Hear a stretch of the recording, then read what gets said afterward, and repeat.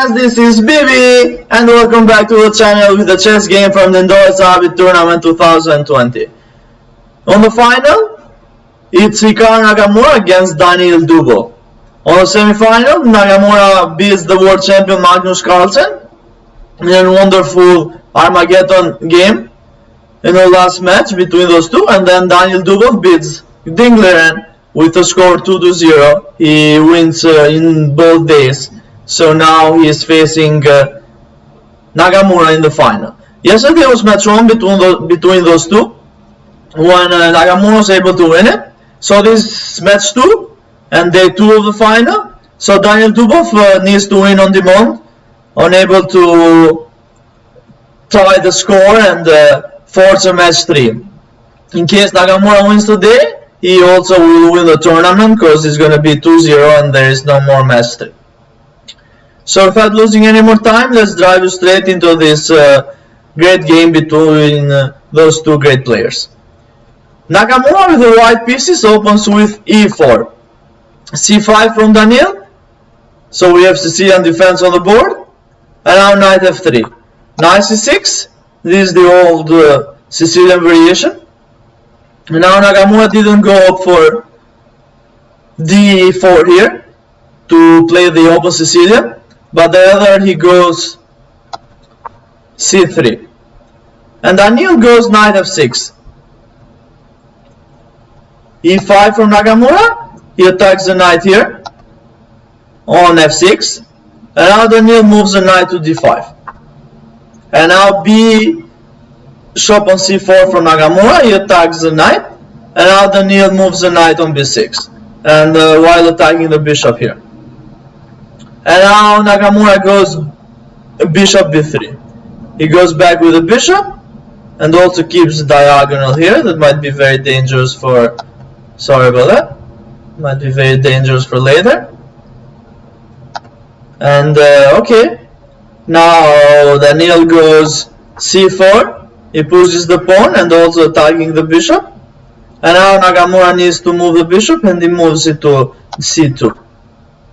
And now d5 from Daniil. He expands on the center. Of course, as we all know, all the time we need to have the control on the center. And okay, Nakamura goes he captures on d6 en passant. And now queen captures on d6 from Daniil. He recaptures the pawn and also develops the queen. Nakamura decides to castle here. And now bishop g4 from Daniil. He pins the knight here. No, the knight cannot move. And now queen e2 from Nakamura. He develops the queen. And now Daniil castles queenside. So as we see, Nakamura castled kingside, and now Daniil castled queenside. So it's pretty much a fight since from the start on game 1. And game continues with Naka goes knight a3, he develops the knight on a3 and also put pressure on this pawn here. He would very much enjoy to capture the pawn. And now queen e6 from Daniil. He protects the pawn and also puts the queen in front of the white's queen, so he is offering a queen trade. And Nakamura captures on c6, he accepts the queen trade. And now bishop captures on e6, recaptures the queen, and now b3 from Nakamura. He wants to win this pawn here, so he would be able to push this backwards pawn on d2. And okay, Daniil goes bishop d5. He doesn't capture the pawn immediately because he wants to hold this backward pawn here as much as possible, for as long as possible. So it's going to be a liability for the rest of the game for Naka. And now Naka goes b captures on c4. He captures the pawn and also attacks the bishop. And now Daniil captures the pawn with the knight on c4. And now we have the exchange of the knights, captures on c4. Now Daniil captures the bishop, of course, and now rook e1. And okay, Daniil goes bishop d3. He doesn't allow Nakamura to push this pawn here. He's trying as much as he can to keep this pawn to play against this backwards pawn here. And now Naka has no choice but to capture the bishop on d3. And now Daniil recaptures on d3 with a rook. And now rook e3. Nakamura offers a rook trade, but Daniil declines and goes rook d7. He thinks that he has a better position, so he doesn't want to further trade pieces. He wants to keep the pieces on the board so he can try to fight for more than a draw here. And now bishop to a3 from Nakamura. He puts pressure on this square here. For a moment it's protected twice from the bishop and the rook, but in the future it might be very vulnerable, so he's trying to attack, and he also would love to push this d4 here. And now e5 from Daniil. He expands on the center, and also it's offering a bishop trade here. Well, Daniil can capture here. It would be best for Nakamura can capture here this pawn, of course. It would be best for him after he trades the bishop. For example, he can trade the bishop here, and after rook captures, he can win this pawn here and try to go on this endgame where the material would be equal, and it's pretty much drawish game for both of those, because it's not much to be done. This pawn is isolated here on c3, but still Nakamura would hold this to a draw. But Nakamura decides to, after this bishop here, and we have an exchange of bishops on c8, Nakamura doesn't go for the pawn, but rather he goes to h4. He expands on the king side, and now Daniil goes f6. He protects the pawn now. He says to Nakamura, you had the chance to capture it, now I'm not going to allow it anymore. And okay, Nakamura continues to push the h-pawn. He goes to h5. He wants to send that pawn as high as possible on the board. And now rook f to d8. Daniil doubles up on the d file and also wants to win this d pawn. The Nakamura couldn't push for all the game so far, so Daniil now wants to win that pawn. But okay, Nakamura goes king f1. He tries to bring the king closer to the action. And now b6 from Daniil. g3 from Nakamura gives king some breathing space here, and he has those two light squares that he can move the king if the king would be attacked from the rooks here in the future. And now king b7 from Daniil. He puts the king in a much safer square. He has a better position now, and he wants to try to improve it, being able to go in an endgame when he would have a better position. And now king g2 from Nakamura, and now knight e7. Daniil is going to reroute the knight. Rook e4 from Nakamura, and now rook d3 from Daniil. He still doesn't allow to push that pawn, but he can't capture for the moment because the knight here protects the pawn. But he doesn't allow to push it. And now knight c6. I'm sorry, a4 from white.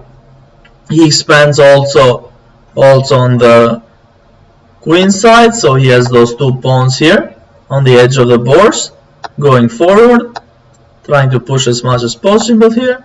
But let's see. what's going to happen, if Daniil is going to allow those pawns to march forward. And now Daniil goes knight c6. Rook e2, Nakamura goes back and also puts more protection to this pawn here. Pretty much all the game was played against this backward pawn here on d2. And now knight a5 from Daniil. He wants to send this, sorry about that, knight a5, he wants to send the knight here, and then if the knight is here, it's going to be 3 attackers against this d2 pawn. And now rook a2 from Nakamura. Here he puts again more defense on that d2 pawn. And knight c4. Finally Nakamura, Daniil has put to mobilize all the forces against d2. And now Nakamura goes g4. Rook a to d5 from Daniil. He improves the position before decides to capture the pawn. And now Nakamura decides to move the knight. So he gives Daniil the options to capture the pawn. And indeed Daniil captures the pawn with the rook. Nakamura goes knight f5. And now Daniil exchanges a pair of rooks. He captures the rook on a2. And he captures on a2 with the rook. And now g6 from Daniil. He attacks the knight. Pawn captures on h6, pawn recaptures on a6, the knight is still under attack, and now knight goes to e7, attacks the rook here and attacks the pawn also. But Daniil finds a very nice strategy here to protect both the rook and the pawn. He goes rook e7, and now he cannot capture the knight here, because he decides if he captures, the rook attacks the knight, and let's say that if knight moves somewhere, then he can just win back the pawn here. So for the moment the knight is the pawn is off limits, so Nakamura goes knight g8. He puts pressure on this f6 pawn, but Daniil just pushes f5. Nakamura captures, Daniil recaptures on f5.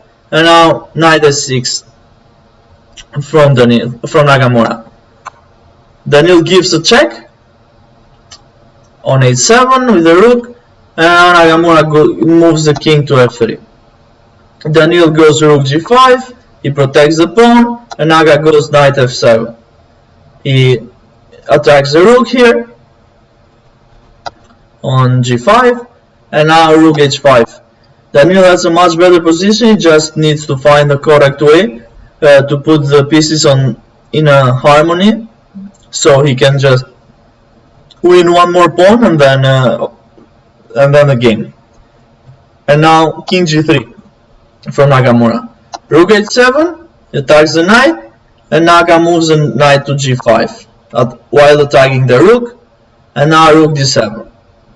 So Daniil did some maneuver with the rooks here, with the rook going to d7, h7, now back to d7, and now king h4 from Naka. His plan is to send the king here so he can attack those pawns from behind, because obviously he cannot attack it from here because the pawns are just like a wall from the king to approach from forward, so that's why Naga is going to try to go from behind. And now rook d3 from Daniil. He attacks the pawn here on c3. King h5, Nakamura goes for his plan, and now rook captures on c3. And in this moment Nakamura goes king h6, but obviously, as you might have seen also the live feed, the live stream of the tournament, Nakamura did a mouse slip here, because his plan was to go king g6, not king h6, because king h6 is a complete nonsense move, because there is no need for him to go king h6 and then to go king g6 to attack the pawn. But he did a mouse slip, and his reaction was was he was really mad because of this, but of course in online chess those things happened. Mouse sleep is his position is much worse, of course. Daniil is winning, but still this was a nonsense move. His intention was to go g6, but of course it's not Daniil's fault for this. So he continues the game and goes king c6. He approaches the king. He wins a tempo here because of this mouse lead. The Naka did, and now Naka finally goes g6. f4 from Daniil. He pushes the pawn forward. He doesn't allow Nakamura to capture the pawn. And now knight a4 from Naka. He attacks the rook, but now Daniil offers a rook trade on a3. Nakamura, of course, doesn't trade the rooks because he is down a pawn, down 2 pawns in fact, and in a worse positions. He tries to keep the rook on the board, but now Daniil captures another pawn, because now it's a 4 pawn against 1, completely winning. So we're gonna have some more moves on the board just for to do some more moves before resigning. And now king f5 from Nakamura, b5. Daniil pushes the pawns forward, rook c1. Nakamura does the waiting move. There is not much to be done with 3 pawns down. And now rook a3 from Daniil. Rook d1 from Naka. Daniil pushes the pawn on b4. Rook d8. Nakamura tries to some tricks here to check the king from behind, but knight f6 doesn't allow this square to give a check from Naka's rook. So Naka goes king h5. He captures the pawn, but now Daniil doesn't care anymore about pawns because he has enough pawns to win this game. So he just pushes on b3. Nakamura goes check on d6. King b5, rook d1, king b4. He approaches the king forward, and now king d4. Also Nakamura. He could have won also this pawn here, but it's not better. Daniil has a clear plan. He wants to push this pawn forward here, and then sends the rook here, and then exchanges. And okay, rook a5. He goes back with the rook, and after Nakamura goes knight c3. It was also in this position that he resigns the game, because there is nothing more to be done here. This pawn is coming. It's coming to b2, and there is no stopping rook a1. For example, if Nakamura goes here, then we have rook a1, and then it's gonna be game over. Of course, after we need to push the king to b3 first, and then go rook a1. But this was the game. Daniil did a fantastic job. Nakamura could have gone for that pawn grab on the opening, but he didn't, and then Daniil managed to put the pieces on better squares and won the game. And also this was, as we said, this was the game 1 of the day 2 when Daniil won. The game that we've shown. Also it was 3 other games after this, but all 3 ended on a draw. So Daniil wins day 2 of match 2. So now the score is tied 1-1, and we're gonna have tomorrow the final of this wonderful tournament. Thank you all for watching this game, and definitely we'll see you tomorrow with the final of Lindores chess tournament. Thank you all, and blessings.